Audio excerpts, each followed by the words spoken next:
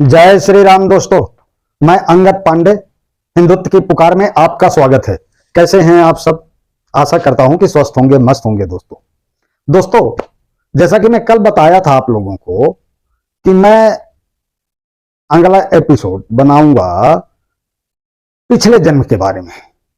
इसके पहले हमारा जन्म क्या था, हम कैसे पता करें, तो आज इसी विषय में चर्चा करते हैं। दोस्तों लास्ट तक वीडियो देखें।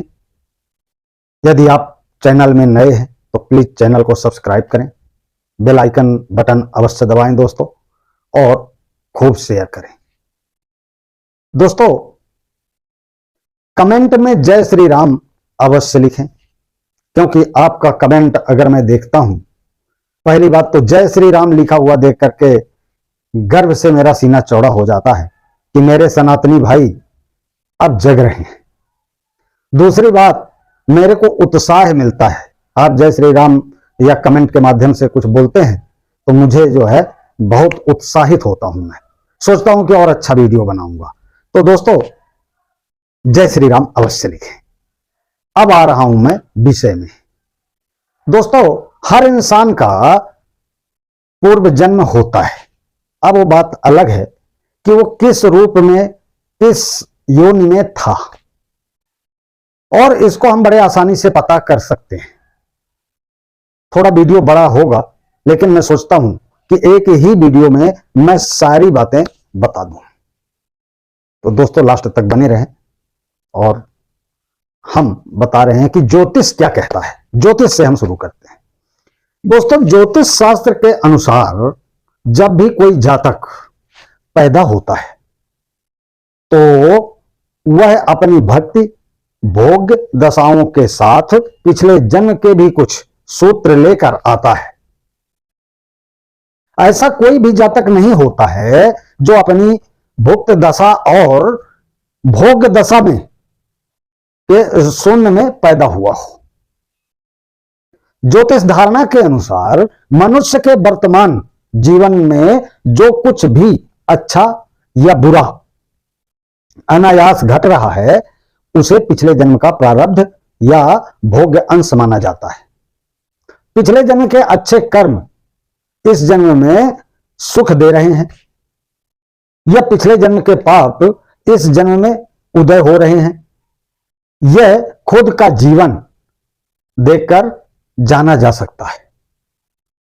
दोस्तों हो सकता है इस जन्म में हम जो भी अच्छा या बुरा कर रहे हैं उसका खामियाजा या फल अगले जन्म में भोगने को मिले, या पाप के घड़े को तब तक संभाले रहेंगे जब तक कि वह फूटता नहीं। हो सकता है इस जन्म में किए गए अच्छे या बुरे कर्म अगले जन्म तक हमारा पीछा करें। दोस्तों एक बात और बता दूं, पिछले जन्म में आप अच्छे या बुरे कर्म जो करेंगे उन कर्मों के ऋणी रहते हैं। आप जो है अगले जन्म में उसकी भरपाई आपको करना ही पड़ेगा। अगर भरपाई किसी कारणवश, अल्प मृत्यु या किसी कारणवश नहीं कर पाते हैं तो आपको फिर से अगला जन्म लेना पड़ेगा। वैसे 7 जन्मों तक जन्म होते हैं, मैं अभी आगे बताऊंगा आप लोगों को। तो ये कर्म और पुनर्जन्म एक दूसरे से जुड़े हुए हैं। कर्मों के फल के भोग के लिए ही पुनर्जन्म होता है, तथा पुनर्जन्म के कारण फिर नए कर्म संग्रहित होते हैं। इस प्रकार पुनर्जन्म के 2 उद्देश्य हैं। पहला यह कि मनुष्य अपने जन्मों के कर्मों के फल का भोग करता है, जिससे वह उनसे मुक्त हो जाता है। दूसरा यह कि इन भोगों के अनुभव प्राप्त करके नए जीवन में इनके सुधार का उपयोग करता है, जिससे बार बार जन्म लेकर जीवात्मा विकास की ओर निरंतर बढ़ती जाती है, तथा अंत में अपने संपूर्ण कर्मों द्वारा जीवन का क्षय करके मुक्तावस्था को प्राप्त होती है। जिस प्रकार इस संसार में आपाधापी का दौर है, मुक्तावस्था का मतलब दोस्तों मुक्ति पा जाती है, तो यह सब अवसर छीनने की होड़ है आपाधापी में। उसी प्रकार सोच में जगत में धक्का देकर दुष्ट आत्मा श्रेष्ठ गर्भ छीन लेती है, जिससे कोई दुष्ट चरित्र व्यक्ति किसी कुलीन और संस्कारित परिवार में जन्म ले लेता है। कोई गाली गलौज करने वाला बालक अच्छे और कुलीन गर्भ में जन्म ले लेता है। वहीं किसी असभ्य सुसंस्कृत माता के गर्भ से कोई शांत बालक सुशील और सभ्य बालक जन्म ले लेता है।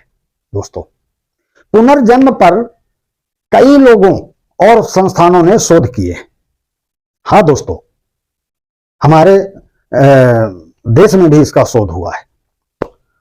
ओशो, रजनीश, भगवान रजनीश, जो अपने आप को भगवान बोलते थे, रजनीश ने पुनर्जन्म पर बहुत अच्छे प्रवचन दिए। उन्होंने खुद के भी पिछले जन्मों के बारे में विस्तार से बताया है। हालांकि आधुनिक युग में पुनर्जन्म पर अमेरिका के वर्जीनिया यूनिवर्सिटी के वैज्ञानिक डॉक्टर इयान स्टीवेसन ने 40 साल तक इस विषय में शोध किया है और शोध करने के बाद एक किताब भी लिखा है,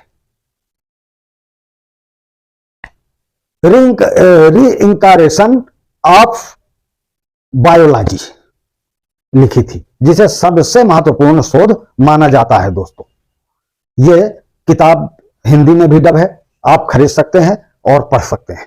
वैज्ञानिक डॉक्टर इयान स्टीवेसन ने पहली बार वैज्ञानिक शोधों और प्रयोगों के दौरान पाया कि शरीर न रहने पर भी जीवन का अस्तित्व बना रहता है, यानी प्रेतिक आत्मा में रहते हैं। उपयुक्त अवसर आने पर वह अपने शरीर या पार्थिव रूप को फिर से रचता है।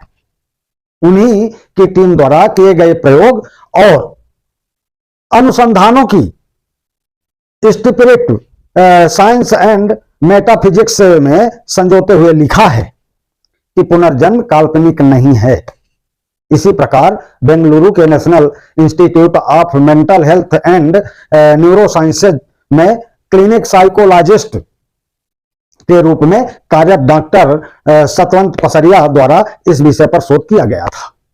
उन्होंने अपने इस शोध को एक किताब का रूप दिया, जिसका नाम है स्वलेम्स ऑफ रिकाइनेस रूट इंपीरिकल हिस्ट्री करके ऐसा बुक का नाम है। इस किताब में 1973 के बाद से भारत में हुई 500 पुनर्जन्म की घटनाओं का उल्लेख मिलता है।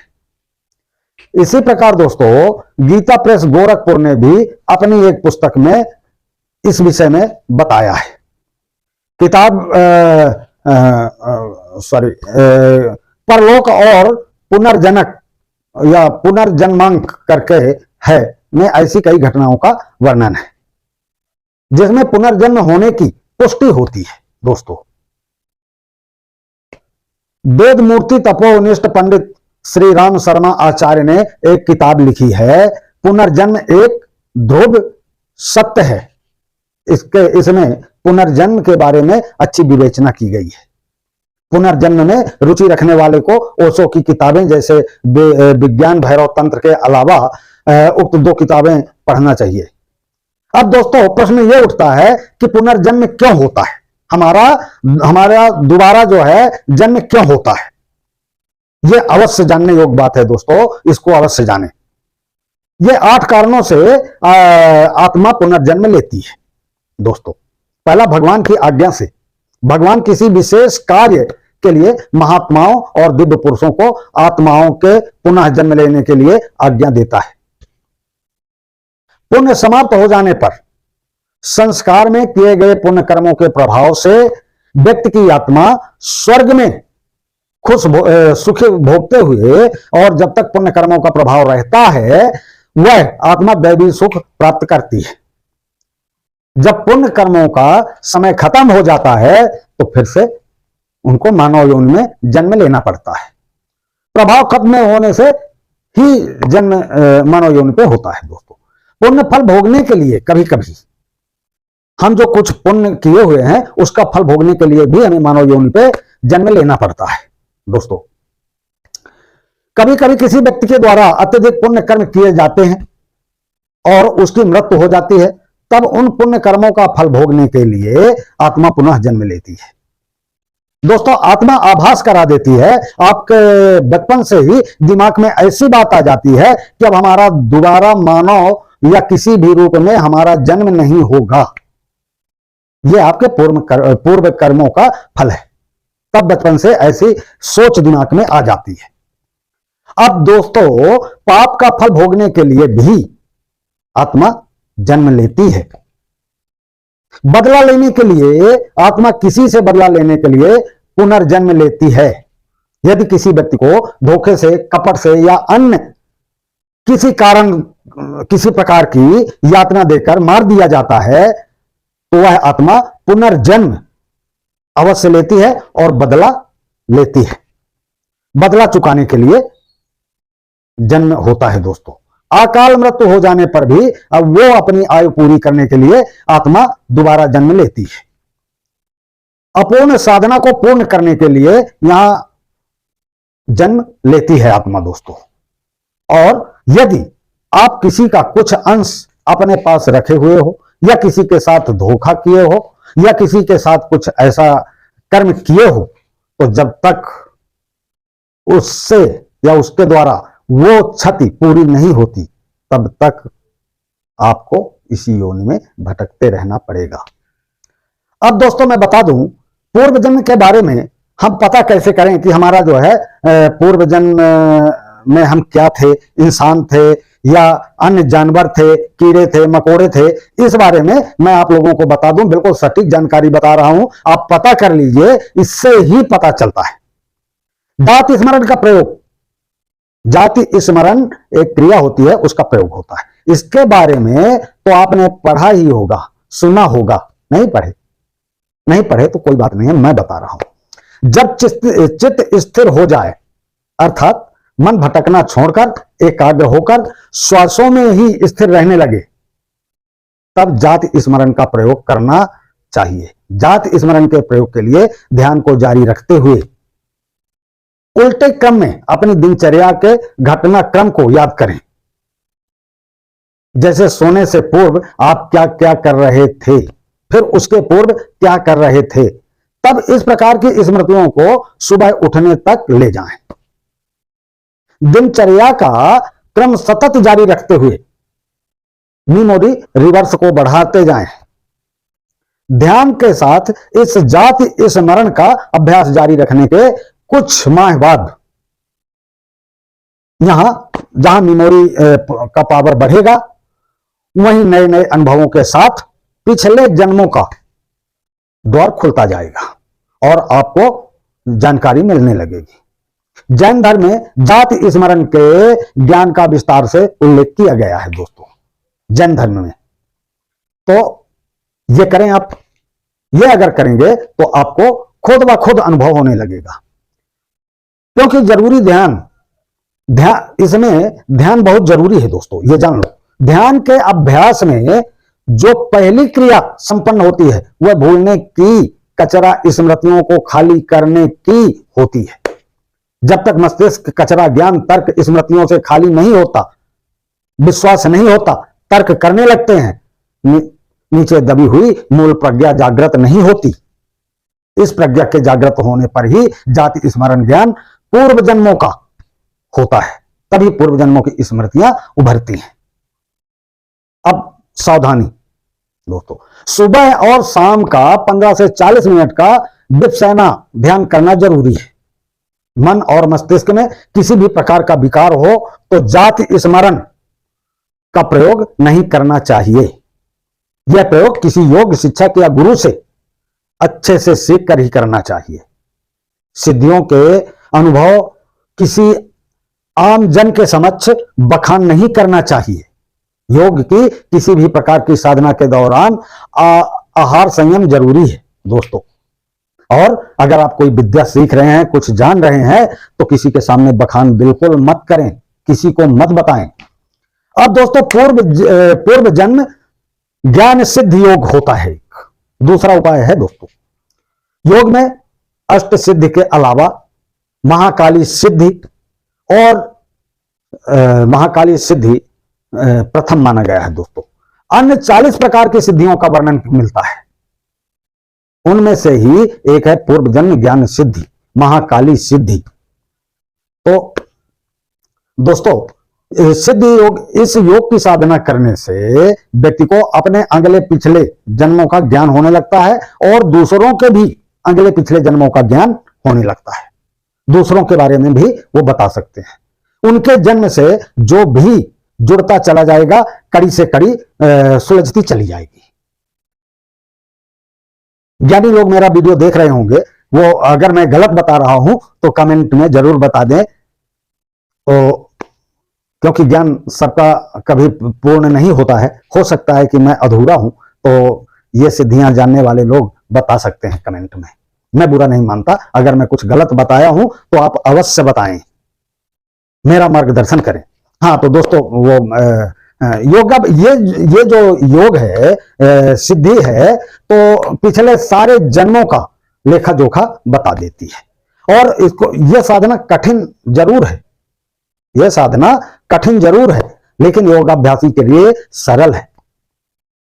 और दोस्तों, तीसरी विधि है सम्मोहन क्रिया। सम्मोहन क्रिया से जाना जा सकता है कि पुनर्जन्म, ब्रिटेन में भी जब कुछ लोगों को सम्मोहित किया गया तो उन्हें अपने पूर्व जन्म की घटनाएं स्मरण हो आई। इसी तरह जब ब्रिटेन के एक व्यक्ति को सम्मोहित किया गया तो उसने बताया कि उसका पूर्व जन्म का नाम जॉन रैफल था।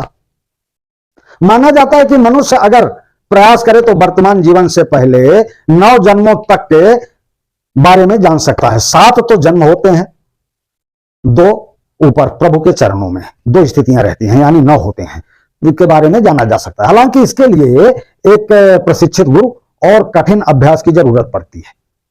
दोस्तों, भारतीय ऋषियों ने सम्मोहन को योग निद्रा कहा है। जो सम्मोहन करते हैं, हमारे ऋषियों ने योग निद्रा कहा है इसको।